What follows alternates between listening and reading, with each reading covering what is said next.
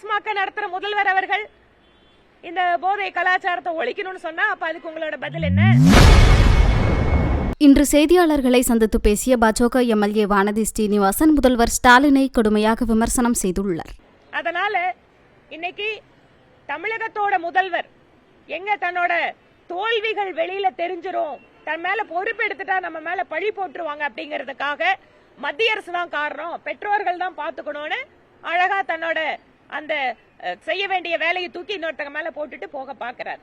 ஆனால் திரு ஸ்டாலின் அவர்களே, இந்த தமிழகத்தினுடைய இளைஞர்கள் இந்த அளவிற்கு மிக மோசமாக மனநிலை பாதிப்பு, உடல்நிலை பாதிப்பு, இவர்களால் சமுதாயத்திற்கு பாதிப்பு, சமுதாயத்தினுடைய அமைதிக்கு பாதிப்பு என்று சென்று கொண்டிருக்கிறார்கள் என்றால் உங்களுடைய அரசாங்கத்தினுடைய தோல்விதான் காரணம்.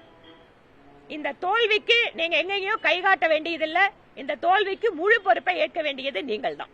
ஏஜென்சி, சென்ட்ரல் கவர்மெண்ட் ஏஜென்சி அவங்க ரோல பண்ணுவாங்க.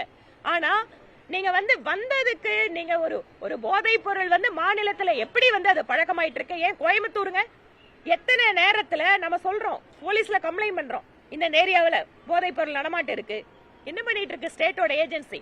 போதைப் பொருள் தடுப்புக்கு தனியா இங்க அரசாங்கத்துல நிர்வாக ஏற்பாடு இருக்கு.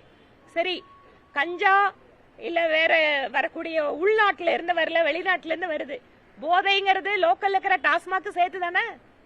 டாஸ்மாக் போதையெல்லாம் போதை இல்லையா?